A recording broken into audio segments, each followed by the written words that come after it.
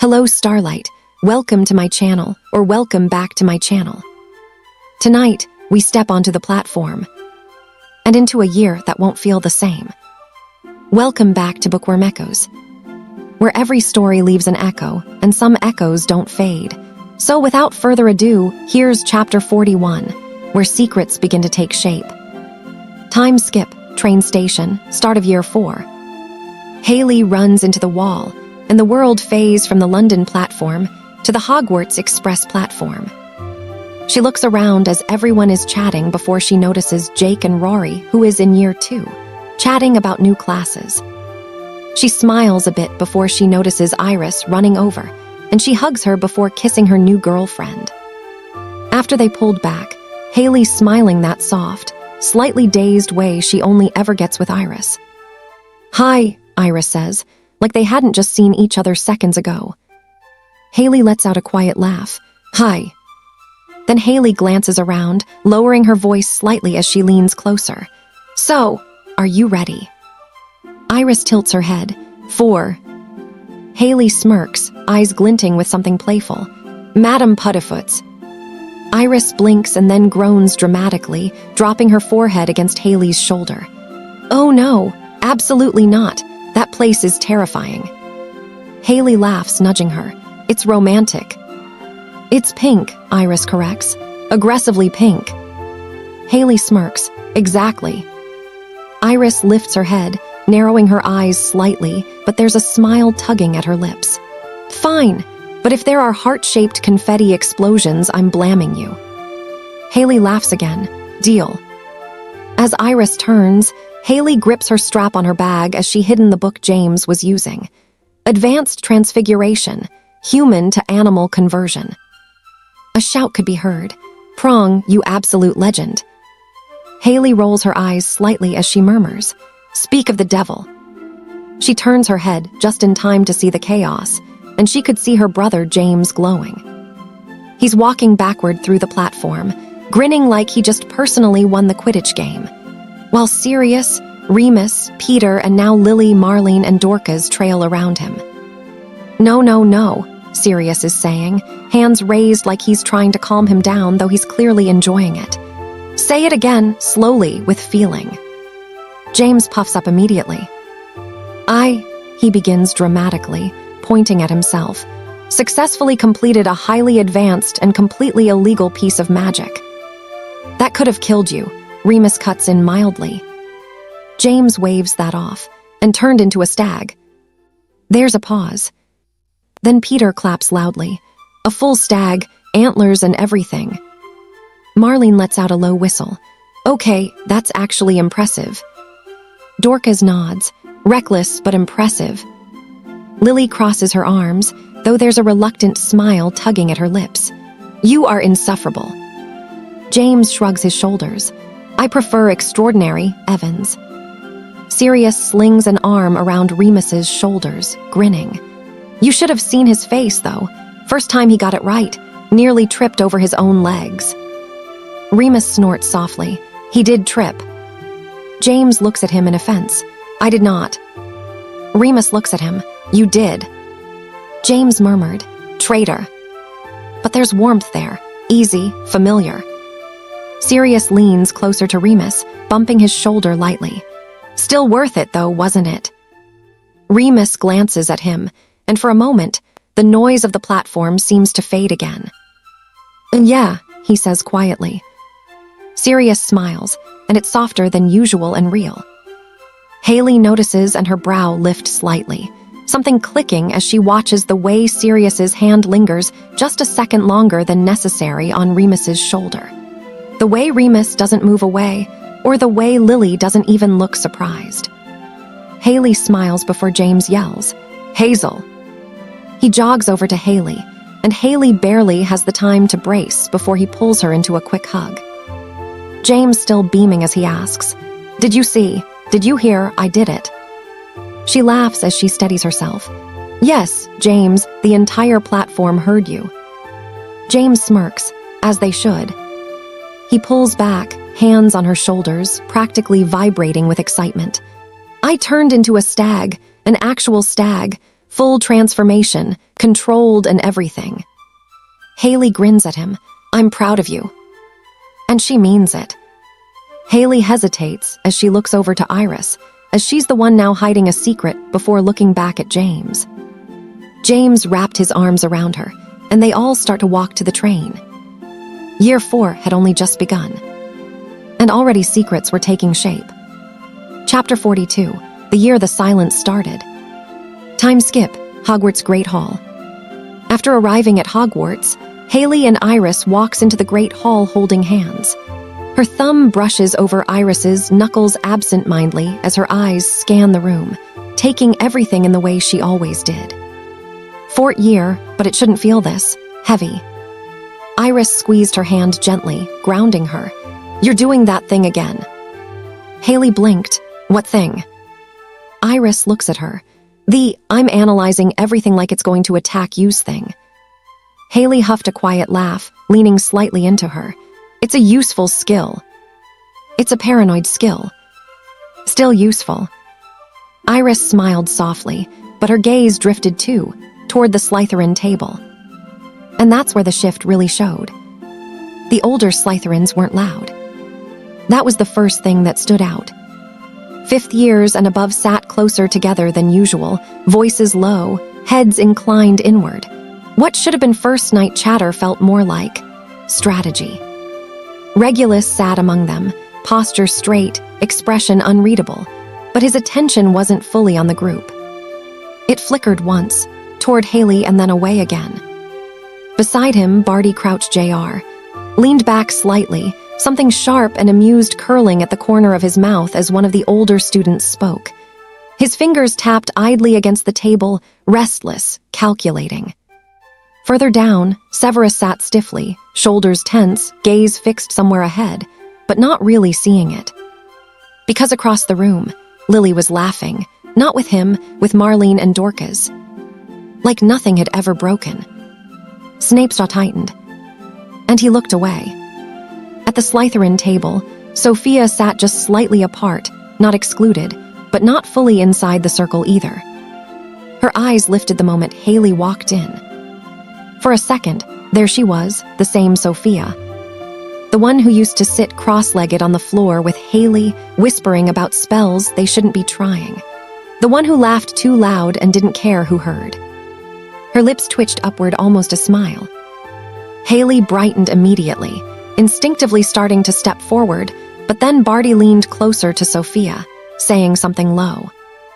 Not loud, not forceful, but enough. Sophia's expression shifted, just slightly.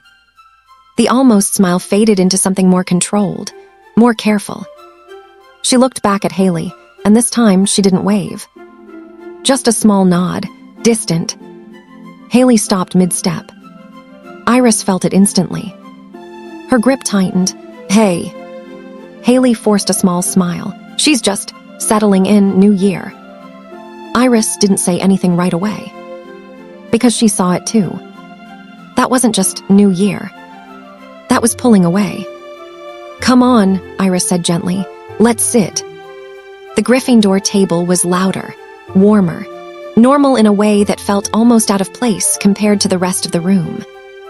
James was mid-story already, animated as ever, hands moving as he talked while Sirius laughed beside him. Remus sat with a small, knowing smile, while Peter nodded along eagerly. "And I'm telling you, if McGonagall finds out—" "She won't," Sirius cut in confidently. "She will," Remus said.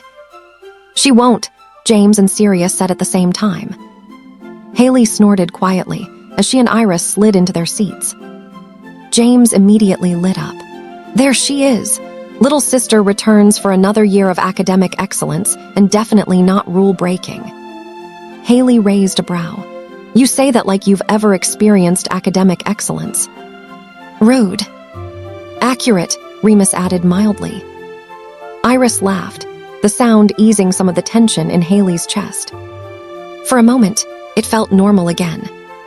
Further down the table, Jake and Rory were deep in conversation about classes, books already spread out like they were preparing for battle.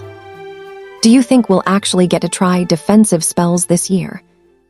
"I hope so," Last year was all theory. Hayley smiled faintly at them. That was what Hogwarts was supposed to feel like. At the staff table, Dumbledore watched everything. Not obviously, but nothing escaped him. His gaze lingered briefly on the Slytherin table. Then the Gryffindor won. Then, for just a moment, on Hayley. Like he already knew. This year wasn't going to stay simple. Food came and went. Laughter rose, faded. But the feeling didn't leave. It settled. Time skip, Gryffindor common room. The fire crackled softly, casting warm light across the room as students filtered in, voices blending into a comfortable hum. But even here there were changes. Older students clustered together in quieter conversations. Doors opened and closed more often. Secrets moved faster than gossip. Hayley sat on the arm of a chair, Iris tucked comfortably beside her, their shoulders pressed together. "I don't like it," Hayley murmured. Iris tilted her head. "What part?" "All of it." She exhaled slowly, gaze drifting toward the window. "It feels like something's starting." Iris studied her for a moment, before resting her head lightly against Hayley's shoulder. "Then we face it," she said simply. Hayley glanced at her. A small smile returned, real this time. Together. Iris intertwined their fingers again. Always. Across the castle, however, in the shadows, beneath the Slytherin dormitory's wand flickered. A whisper, low, deliberate, not a spell taught in any classroom and not meant to be heard. Chapter 43. Fear Wears Familiar Faces. Time skip, Defense of the Dark Arts. Hayley walks to the Defense of the Dark Arts with Iris, holding her hand. Professor Tenebris turns around to face them. "Hayley, Iris, please stand with the rest of the class." They moved to join the others. James leaned casually against a desk, but his eyes flicked briefly to Hayley, checking. Sirius stood beside him, arms crossed, already looking half amused. Remus, quieter, more observant, was watching the wardrobe. Peter hovered near the back, shifting his weight nervously. He looks at the other students. "Today, we will be learning the spell Ridiculous." A faint thump echoed from inside. Some of the students flinched. Tenebris continued smoothly. "A boggart is a shapeshifter. It takes the form of what you fear most." His gaze swept across the class. "And your task is to make it ridiculous." Tenebris pointed. "Mr. Avery." Avery stepped forward, trying to look confident. The wardrobe creaked open, and the boggart burst out. It became a towering, shadowy figure, faceless, elongated, something watching him from all directions at once. Avery froze. Tenebris's voice cut through sharply. "Spell, Mr. Avery." Avery swallowed. "Are ridiculous." The shadow suddenly shrank, and a ridiculous pair of oversized spectacles popped onto its face, its body deflating like a balloon until it squeaked pathetically. Laughter broke out. Avery stepped back quickly, pretending it didn't rattle him. "Mr. Rosier." Rosier walked forward, chin high. The boggart shifted and became a cracked mirror. His reflection stared back, wrong, twisted, imperfect. His confidence flickered. A ridiculous. The mirror warped, and his reflection suddenly started pulling exaggerated faces, sticking its tongue out, spinning in circles like a clown. A few students laughed. Rosier didn't. But he stepped back anyway. "Mr. Mulciber." Mulciber stepped forward with a smirk. The boggart turned and became a professor, looming over him, shaking their head in disappointment. The smirk dropped. Ridiculous. The professors suddenly tripped over their own robes, tumbling dramatically and reappearing with a rubber chicken in hand. Sirius snorted. James outright laughed. Mulciber forced a grin, like it didn't hit deeper than it did. "Mr. Pettigrew." Peter jumped slightly. He shuffled forward. The wardrobe creaked again, and the boggart became a massive, hissing snake, coiling toward him. Peter stumbled back. "Are ridiculous." The snake instantly shrank and inflated like a balloon animal, squeaking as it twisted itself into a ridiculous knot. The class laughed louder this time. Peter gave a shaky laugh, backing away quickly. Tenebris nodded. Good, you are beginning to understand.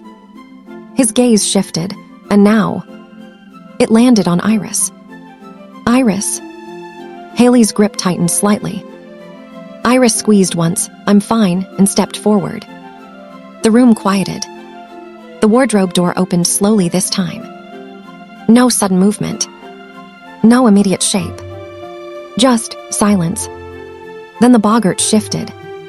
And it became Hayley. But not her. This version was still, cold with empty eyes. Gone. A breath caught somewhere in the room. James straightened. Sirius's expression dropped instantly. Remus's eyes flicked sharply to Iris. Hayley froze. Iris didn't move at first and didn't blink. Just stared. Her voice, when it came, was quieter than usual. Ridiculous. The still version of Hayley blinked and suddenly exaggerated into something ridiculous and overdramatic, swooning onto a chaise lounge that hadn't been there before, fanning herself dramatically like a Victorian actress. "OH, I have perished." She collapsed again, overly theatrical. The class burst into laughter. But it was softer this time. Careful.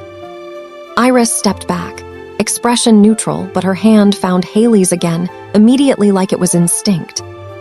Tenebris watched her for a moment longer than the others, then nodded. "Well done." But his tone had shifted. He understood. "Hayley." She steps forward. This time, she doesn't hesitate, but there's something more aware in her posture now, like she's bracing without fully knowing why. Her hand slips from Iris's. The wardrobe creaks open slower than before. Quieter. The boggart emerges, and for a moment it looks like nothing. Just darkness pooling on the floor. Then it shifts, and becomes a door. Old, wooden, slightly open. Warm light spills through the crack. Soft. Inviting. Safe. Hayley frowns confused. That's not. The door creaks wider. And now you can hear it. Laughter. Faint but real. Voices. People talking. A home. A place she's not in. Her breath catches. She takes a step forward without realizing it. Sirius tilts his head slightly. Why's that creepy? Remus doesn't answer. Because he gets it. Hayley reaches the door, and just before she can touch it, it slams shut. The light disappears. The laughter cuts off. Silence. Cold. Final. The handle won't move. Locked. From the other side. Hayley freezes. That hits. Not fear like screaming, but something quieter. Heavier. James's expression drops. Iris takes a step forward without thinking. Tenebris watches carefully. Waiting. Hayley stares at the door. Jaw tight. Eyes sharp now. Understanding it. Feeling it. Then firmly. Ridiculous. The door shudders, then suddenly swings open again, and only now. It reveals absolute chaos inside. People slipping over each other, someone dropping plates, exaggerated shouting. One person trips over nothing and knocks into 3 others like dominoes. The warm, perfect home turns into complete, ridiculous disarray. Over the top. Messy. Unreal. The class bursts into laughter. Sirius grins. There we go. James lets out a breath he didn't realize he was holding. Remus watches Hayley, and not the boggart. Hayley steps back. Calm again, but quieter.